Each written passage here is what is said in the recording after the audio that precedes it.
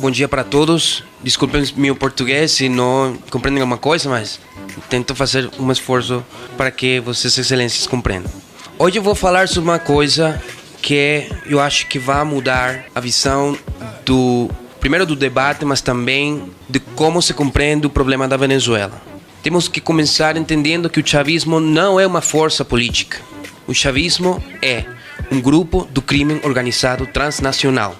Eu vou explicar por quê. Em primeiro lugar, o chavismo tem representação política no Partido Socialista Unido da Venezuela, PSUV, né? Esse partido faz parte do Foro do São Paulo, junto às Farc e o ELN. Aliás disso, o chavismo protege na Venezuela atividades do terrorismo islâmico com Hezbollah e Hamas.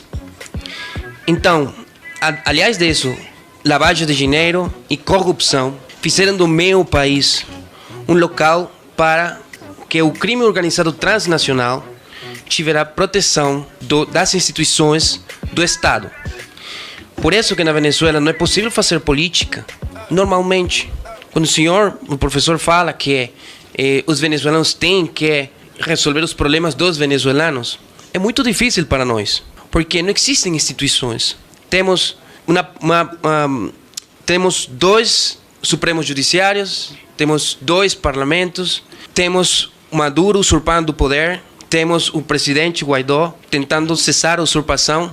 Então, institucionalmente, Venezuela hoje não pode resolver os problemas sozinhos. Precisa da ajuda dos países da região, que acreditam na liberdade e na democracia. Mientras tanto, o Foro de São Paulo continua as atividades na região que acompanham essas atividades do grupo organizado transnacional criminal. Não somente Venezuela vai continuar com seu problema, mas também vai se acrescentar outros problemas na região, em outros países. É por isso que é importante falar aqui que estamos vivendo uma luta ideológica histórica na América do Sul. Na esquerda, que quer ficar no poder para sempre, controlando as eleições, controlando a vida das pessoas, para que elas possam fazer as atividades de crime organizado. E uma direita que está lutando para conservar as instituições democráticas, as instituições políticas. Porque não é pela força que se vive na civilização, é pela atividade política que as pessoas podem resolver os problemas dentro de cada um dos países. O problema da Venezuela é um problema também do Brasil, porque se estes criminais continuam no poder no meu país, usurpando o poder no meu país, o crime organizado vai afetar a segurança nacional do Brasil, também da Colômbia e os outros países da América do Sul. Quero falar uma coisa também, que o professor estava falando que o Guaidó se autoproclamou. E não é assim.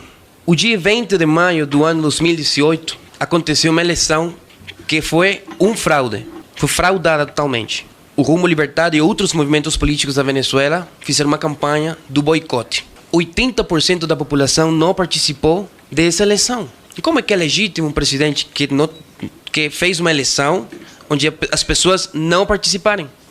Desde esse momento, os países da região não reconhecem o Maduro legitimamente como presidente da Venezuela.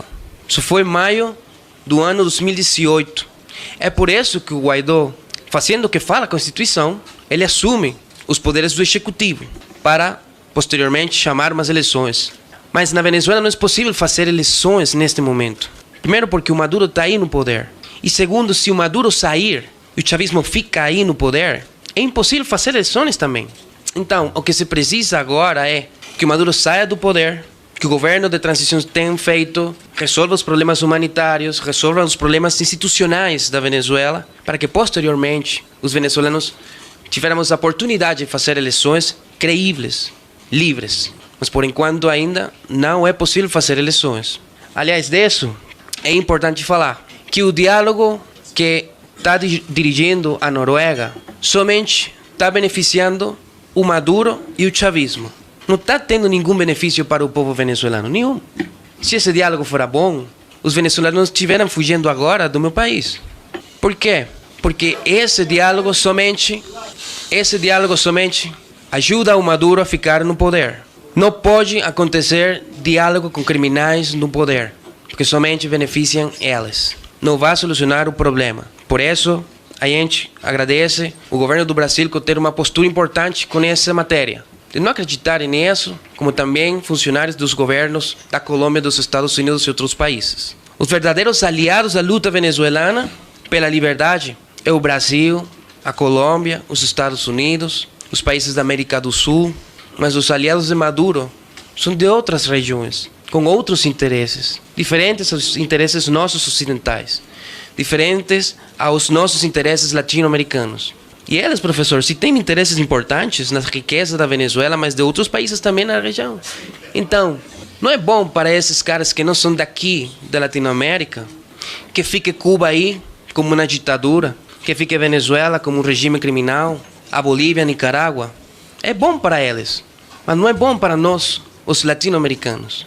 É por isso que a gente está lutando para que esse tipo de regimes, esse tipo de projetos internacionais que leva para frente o Foro de São Paulo, finalizem, porque somente desestabilizam a nossa região e convertem a América Latina em um espaço de briga entre os projetos globalistas que têm interesses diferentes aos nossos. É por isso que, sabendo que o chavismo não é uma força política, sino que é um grupo do crime organizado transnacional, a gente respetuosamente solicita aos parlamentares do Brasil que pensem nas seguintes propostas. A primeira é reconhecer como grupos terroristas internacionais a Hezbollah, Hamas, Farc e ELN, assim como fizeram no Paraguai ou Argentina. Se o Brasil reconhece esses movimentos, essas organizações terroristas, formalmente desse jeito, ajudaria muito a luta contra o crime organizado transnacional em nossa região. Segundo, também, reconhecer o Partido Socialista Unido da Venezuela, não como uma força política, sino formalmente como um grupo do crime organizado transnacional. Reconhecer também, formalmente e oficialmente, ao Foro de São Paulo como grupo do crime organizado transnacional também.